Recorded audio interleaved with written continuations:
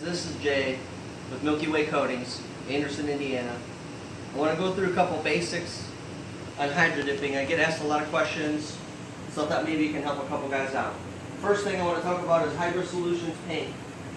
It's all we use here. We sell it on the website, mielkewaycoatings.com. It's a waterborne paint, or water-based, depends on how you talk about it. Today we're going to play around with some yellow. I just wanted to do some samples. I want to show the guys the gun that I'm using just because this is not a suggested gun that I would suggest for people to use, because this is a Harbor Freight gun.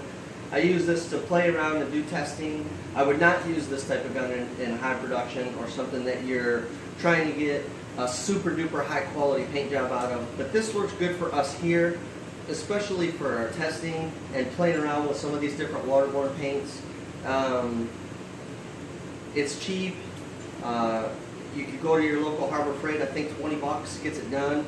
And I put a digital gauge on it. Make sure you got your air filter on the inlet of the thing. Also keeps water moisture out. A good point to check your air supply. Make sure you got no water. Drain your tank every day. All that stuff's going to help. Cleaning these guns, we just use hot water. After you're done painting, we take the cup out and we use hot water. We clean it out with our brush and our cleaning kit. Hook our air supply up with some water in there and roll the rest of the paint out using just hot water. Okay? There's two key steps in what we're doing here. One is, I believe, the paint. I believe that this paint, Hydro Solutions paint, is the best paint that I've used. Personally, I suggest it for anybody that asks me questions. I have nothing but success with this stuff. I think it works great. The second thing is I bought a high quality activator gun from Jim over at K2 Concepts. This is a DeVilbiss GPI. You can go to his website at K2 Concepts and check out his activator gun. This by far was one of the single best investments I made into my business. This gun. I strongly suggest it. It comes with everything you see here. The gauge, the adjusting valve, and it out of the box is ready to go. I have not touched it. I don't clean this gun. I leave the activator in it. When it runs out, I blow it out with air and I refill it. It's just that simple. Don't have to complicate it. Today we're going to be using some film from Jonathan at Fractal Camo. And I want to show you guys how to actually peel the film off of the backing. Okay? Another question that I get asked. This is a sample film that he sent when we buy big giant rolls of his film. He always throws some samples in there for us to try out, and we usually leave these out for our customers to look at. It gives our customers a huge understanding of what we're able to do here, especially with Fractal Camo. The fact that we're able to print custom films, your options are endless at that point. Okay. The proper way to peel this film, and it also comes with instructions on how to peel it and which side faces up and all that jazz. I've already taped it off. The samples come in these rectangles. You want to peel it back over itself, like that.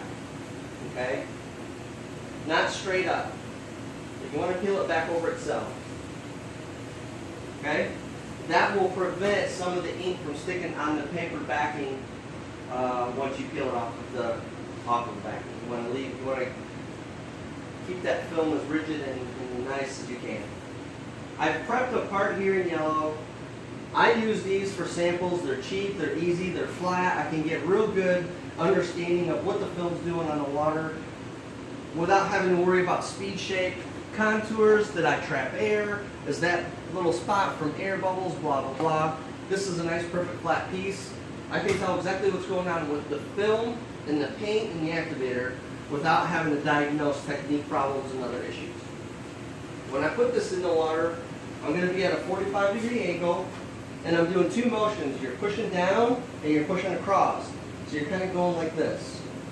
So you're kind of feeding the film into your part. Think of your arm as a mechanical device that's just kind of going nice, smooth. Okay? So we got our film ready to go. It's already taped. I taped all four sides because it's a small piece of film, and I'm going to try to hold that image lay the film on the water so that it doesn't trap air. Set your timer. Right now, my timer is set at 90 seconds. I'm at about 80 degrees water temp, which is low. I like to build the films up slow rather than a real high temp with a real short time. I turned my temp down a little bit and let them soak on the water a little bit longer. Maybe in a high production environment, that's not ideal, but I don't do a whole lot of high production here. We do a super lot of custom stuff here. That works out good for us.